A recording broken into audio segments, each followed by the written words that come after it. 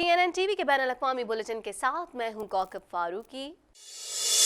आगे बढ़ेंगे, मजीद खबरें भी शामिल करेंगे। आपको बताएं, कनाडा में तमाम बड़ी सियासी जमातों के रहनुमा अपनी मुहिम के सिलसिले में पहली बार एक जगह जमा हुए, जहां उन्होंने स्टेज पर कैनेडियन अवाम के सामने खुद को वजीर आज़म के बेहतरीन इंतखाब के तौर पर पेश किया। मजीद जानेंगे इस रिपोर्ट में। कनाडा में तमाम बड़ी सियासी जमातों के रहनुमा अपनी मुहिम के सिलसिले में पहली बार एक जगह जमा हुए, जहां उन्होंने स्टेज पर कैनेडियन अवाम के सामने खुद को वजीर आज़म के बेहतरीन इंतखाब के तौर पर पेश किया और एक दूसरे पर तनकीद की। लिबरल रहनुमा जस्टिन ट्रूडो अखलाकी स्कैंडल से लेकर माहौलियात से मुतालिक किए गए वादों के हवाले से अपना दिफा करते नजर आए। जब उन्होंने दोबारा मुंतखब होकर अपने वादों के हवाले से गुफ्तगू की तो मुखालिफिन ने उनकी गुज़िश्ता हुकूमत के दौरान किए गए नामुकम्मल वादों की जानिब तवज्जो मबजूल कराई। यह पहला मौका था जब ट्रूडो और कंजर्वेटिव रहनुमा एंड्रयू शेर इंग्लिश मुबासे में आमने सामने हुए। इस मौके पर उन्होंने अपने पेशरू स्टीफन हॉपर और इंटेरियो के अहम मनसब प्रीमियर डैगफोर्ड के रिकॉर्ड को जारी रखने की कोशिश की और दीगर कंजर्वेटिव शख्सियात के बारे में कुछ कैनेडियन आवाम के मनफी जज्बात के साथ शेयर के जोड़ने की कोशिश की। मुबासे के इख्तिताम पर शेयर ने ट्रूडो को मशवरा दिया कि ट्रूडो सूबे के मामलात में बहुत ज़्यादा मशगूल हैं, तो ट्रूडो ओंटारियो को लिबरल लीडर की हैसियत से अपनी कोशिशें करें। NDP के रहनुमा जगमीत सिंह को देखने वालों की जानिब से खूब पजीराई मिली। उन्होंने कैमरे में बराह रास्त देखते हुए वोटर्स को ट्रूडो और शेयर का हवाला देते हुए कहा कि मिस्टर ड्रिले और मिस्टर डिनाय के दरमियान इंतखाब करने की ज़रूरत नहीं है।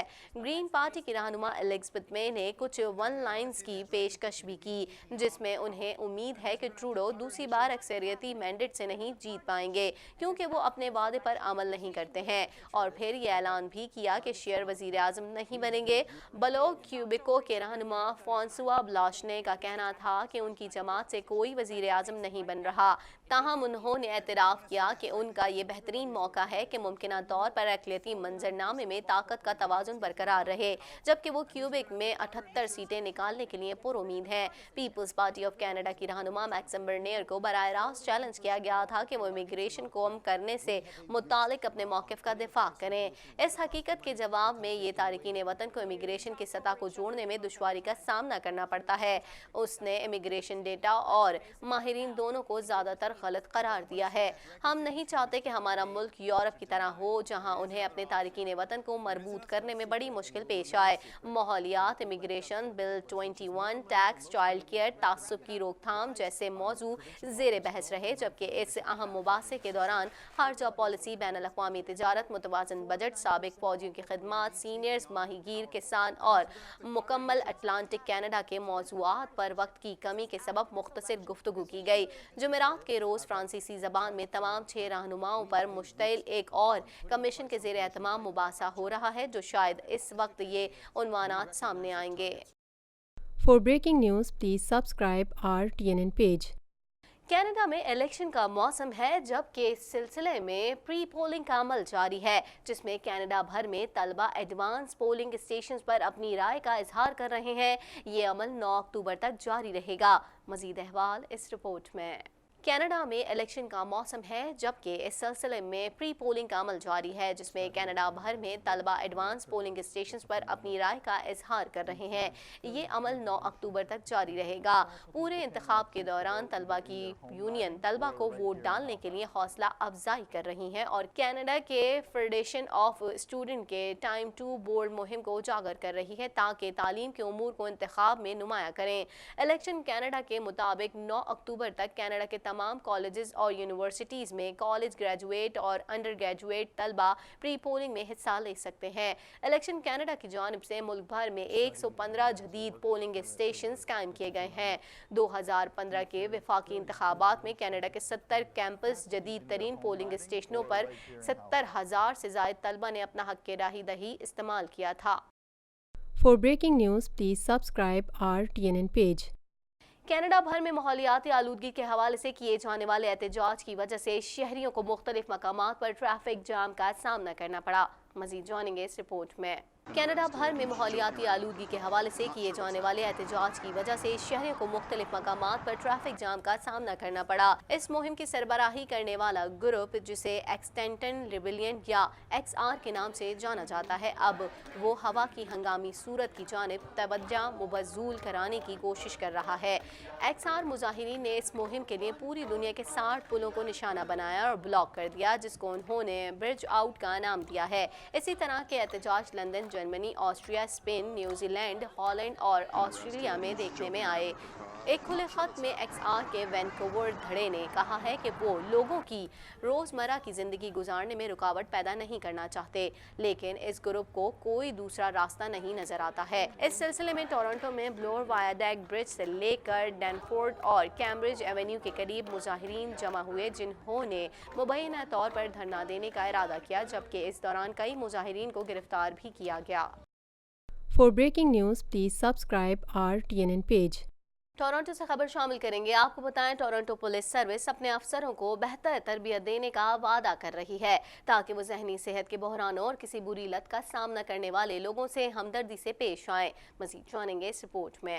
ٹورنٹو پولیس سروس اپنے افسروں کو بہتر تربیت دینے کا وعدہ کر رہی ہے تاکہ وہ ذہنی صحت کے بحرانوں اور کسی بری لت کا سامنا کرنے والے لوگوں سے ہمدردی سے پیش آئے۔ مذکورہ سروس ذہنی صحت اور نشے کی عادت کے حوالے سے ایک نئی حکمت عملی کے تحت شروع کی گئی ہے۔ یہ حکمت عملی شہر کے پولیس سروسز بورڈ، اس کی ضابطہ ذہنی صحت کی ذیلی کمیٹی اور خارجی مشاورتی پینل کے ساتھ تیار کی گئی تھی۔ پولیس حکام کا کہنا ہے کہ اس سروس کے تحت سروس آفیسروں کی تربیت، ڈی ایکسپلینیشن تکنیک، تعصب سے پاک پولیسنگ، رسک کی تشخیص اور ذہنی صحت سے آگاہی پر کام کیا جائے گا۔